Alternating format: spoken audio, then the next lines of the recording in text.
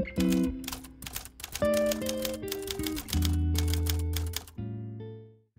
evening and welcome to Games Aperitif with Lyndon Richardson. Games development is a noble profession. In the past few decades I've had the privilege to be involved in the development of several high-profile video games, the details of which I am only now able to divulge. And today I would like to tell you the story of my own small part in the development of the little-known Nintendo adventure title, The Legend of Zelda, The Ocarina of Time. The Ocarina of Time had a long development cycle, beginning after the release of the critically acclaimed A Link to the Past in 1992. At one time, Shigeru Miyamoto and Yoshiaki Koizumi even intended to create a 3D Zelda game for the Super Nintendo in the polygonal style of Star Fox, with an emphasis on sword fighting. It was this that led to my meeting with Koizumi in 1994. I had been competing in the '94 World Karate Championships in Malaysia, but was disqualified after a speed clock determined my hands were moving above the legal speed limit. Koizumi, however, had been impressed by my technique, and thinking that I could help with the combat aspects of the new game, invited me to join the team in Kyoto. A little known fact about Shigeru Miyamoto is that he carries a tape measure with him at all times, as he enjoys guessing the sizes of everyday objects and then measuring them.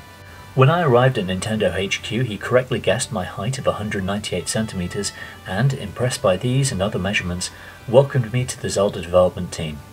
On November 14th of that year, Nintendo's new system, then dubbed Project Reality, was officially announced at the Shishinkai Software Exhibition, and shortly after the game entered full development. Mario 64 was further on in development at this time, and game director Toru Osawa intended the Zelda game to use the same basic engine.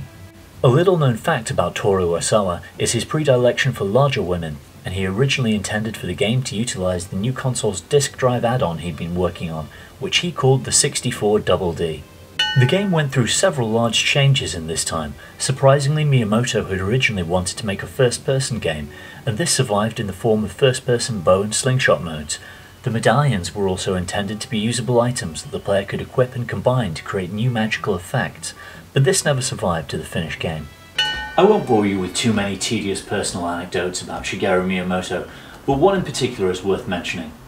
I believe Shigeru was agonizing about whether a certain texture should use the maximum or minimum possible file size. I'll let Shigeru finish the story. キノピコが出てきたことで男の子みたいになったんですけども、まだ僕の中ではそれも決めてないっていう、いっぱいいるんですよね、キノピコって多分。Miyamoto has always enjoyed developing new and novel peripherals, and at this time he was experimenting with a controller that the player breathed into, internally dubbed the Kazoo Boy. Miyamoto intended for the entire game to be controlled with this peripheral, which then had the working title of The Legend of Zelda, The Kazoo of Time. In late 1995, Shigeru and I went panda hunting in Sichuan province, China. We were just cresting the hill when suddenly we were ambushed by a blood-crazed panda bear.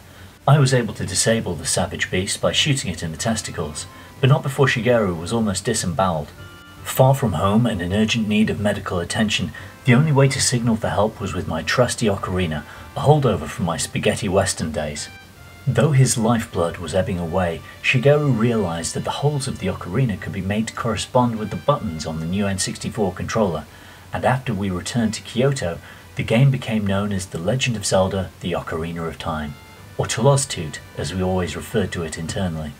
By 1996, we were still unsatisfied with the game's third-person sword-fighting mechanics. The team at Nintendo wasn't as familiar with Japanese culture as I was, so I persuaded Yoshiaki Koizumi to accompany me to Toei Kyoto Film Studio Park, where I could show him how the game could incorporate the style of the Chanbara sword-fighting films. I pointed out how the axes would circle each other, which became the basis of the game's Z targeting system.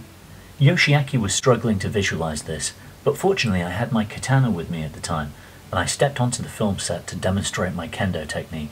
Little did I know that the cameras were filming the whole time, and some of this footage made it into the final movie. This in turn led to Koizumi's idea for the character of Navi, a fairy who would indicate which enemy the player was targeting and give helpful advice. I personally felt that the character of Navi was a little annoying, but I was worried that I was having too much influence on the development of the game, and decided to yield to Koizumi on this point. Large changes were still being made in these later months, such as using the C buttons for items, and changing the A button from a jump to a roll. Even the child version of Link was a late addition to help stress the passage of time. Miyamoto was smoking heavily at this time, and I caused acrimony when I vetoed Miyamoto's idea that Link and Child Link should be able to smoke in the game, and the cigarette items were replaced by the now famous Lon Lon milk, a mistranslation of the original Linden milk. A real brotherhood had by now struck up amongst the game's developers, and we felt like Tolosdut had the potential to be a solid success, but for me it was bittersweet. I was still worried that I was making too many important decisions about the game. Zelda was Miyamoto's baby, and after I took baby cigarettes away, he felt that it wasn't his baby anymore. On the morning of October the 16th, 1998, Koizumi arrived at work to see a note on his desk, where I explained that I was leaving the company, and politely asked for my name to be removed from the game's credits. Nintendo President Hiroshi Yamauchi sent several slightly embarrassing letters asking me to return, but I always felt my decision was the honourable one. My memories of this time will always be bittersweet. Miyamoto was my protege, I loved him like a son, and our separation has always pained me. My intention with this video is to leave a record of the truth for future gaming historians. For that reason, I would prefer it if you didn't like this video, share, subscribe, or do anything that might improve its metrics. While Tolosdut was one of my smaller achievements, I have heard that it is quite dear to some of you. And with that, I wish you good night. I can only ask you excuse me for how long this has taken. Or as Link would put it, Hey! Excuse me, princess! Excuse me, princess! Well, excuse me, princess! Hey! Excuse me, princess! Well, excuse me! Excuse me, princess! Excuse me, princess!